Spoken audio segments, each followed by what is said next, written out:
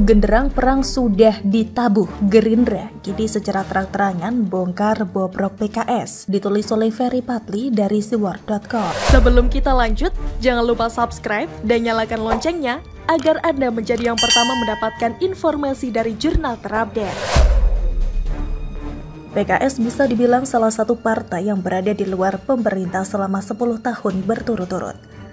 Pertanyaannya, kenapa partai ini lama berada di luar pemerintah? Jawabannya karena salah dukung capres. 2 kali PKS mengusung Prabowo, 2 kali pula Ketua Umum Gerindra itu kalah. Selain itu, tentu karena partai pemenang pemilu sekaligus pengusung Jokowi, PDIP enggan berkoalisi dengan partai tersebut. PKS mau saja kadernya jadi Menteri Jokowi tapi ditolak oleh PDIP dengan berbagai alasan. Pertama, ideologi PKS dengan PDIP berbeda, bahkan bertolak belakang. PDIP jelas menerima siapapun yang ingin bergabung ke partainya tanpa memandang suku, agama, ras, atau sara. Sedangkan PKS yang beragama Konghucu jangan berharap bisa jadi kader partai ini, meskipun dia berintegritas dan berkualitas. Tapi Al-Huda, warga Pasaman Barat, yang menodai anaknya 7 tahun berturut-turut bisa jadi caleg PKS karena faktor seiman. Kedua, PKS kerap memainkan isu SARA untuk kepentingan politik. Seperti yang pernah diungkapkan oleh Yeni Wahid bahwa partai yang pernah dipimpin oleh Lutfi Hasan Ishak tersebutlah yang memulai penyerangan lawan politiknya pakai isu SARA. Jadi selama PDIP berkuasa, selama itu pula PKS harus berada di luar pemerintahan. Lagi-lagi bukan karena PKS yang mau, tapi karena terpaksa. Dari sini juga dapat kita simpulkan bahwa PKS berada di luar pemerintahan tersebut bukan karena mereka setia sama Gerindra dan Prabowo, tapi karena tidak ada pilihan lain. Dan berdasarkan apa yang terjadi, Prabowo sangat menyadari hal ini.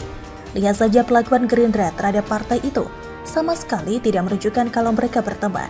Seperti yang terlihat pada pemilihan Wagub DKI yang ditinggalkan oleh Sandiaga Uno beberapa waktu yang lalu.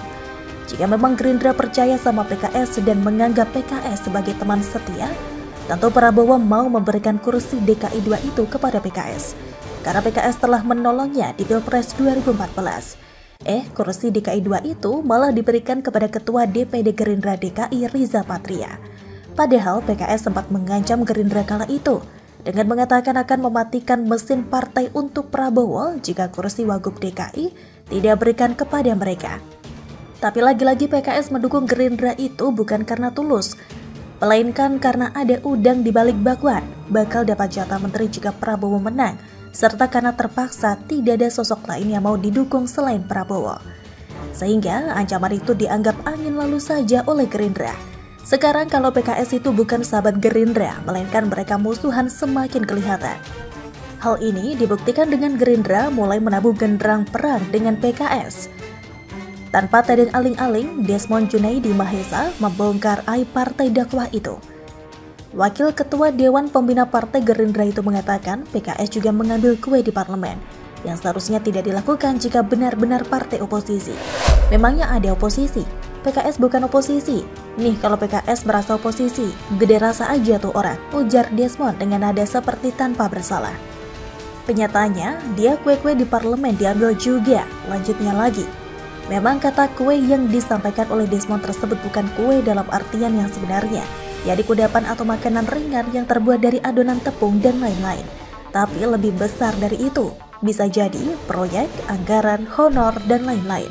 Namun pada intinya Wakil Ketua Komisi 3 DPR tersebut ingin mengatakan oposisi sejati tidak melakukan seperti yang PKS lakukan saat ini.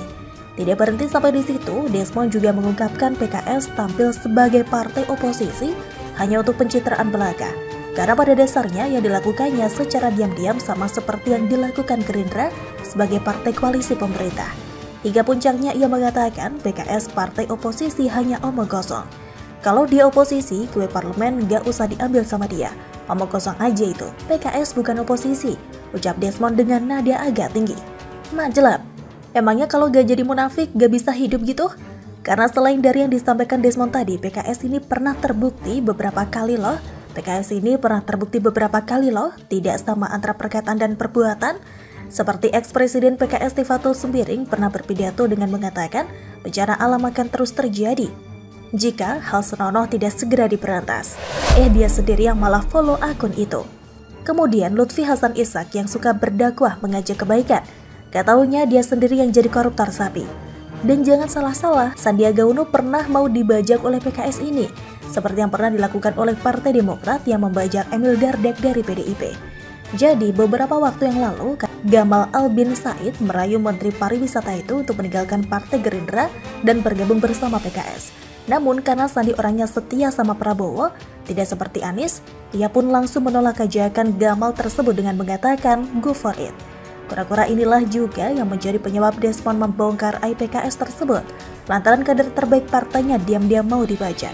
Dan apa yang dilakukan oleh Desmond tersebut juga menjadi pertanda kalau PKS dan Gerindra akan terus berseteru sengit hingga 2024 mendatang. Bagaimana menurut Anda? Ternyata ini penyebabnya, atap tribun Formula E roboh tinggal 5 hari, semoga tidak terjadi apa-apa ya, ditulis dari berbagai sumber.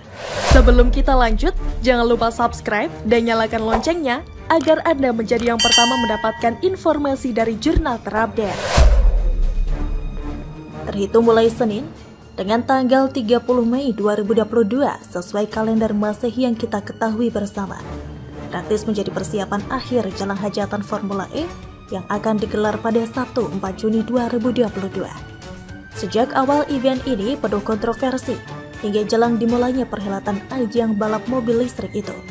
Berita terbarunya adalah robohnya atap salah satu bagian tribun penonton akibat hujan badai yang direspon dengan kalem oleh pihak penyelenggara atau panitia lokal maksudnya, tetapi saya yakin dalam hatinya mereka deg-degan luar biasa. Politisi Partai Solidaritas Indonesia atau PSI Guntur Romli menyoroti atap tribun penonton di sirkuit Formula E yang ambruk. Ia melihat sebuah pemberitaan dengan judul polisi atap tribun Formula E roboh karena tiang penyangga kurang kuat.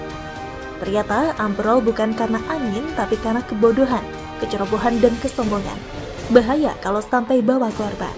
Tulis dia dari Twitter @gunromli yang dikutip populis.id pada Senin 30 Mei 2022.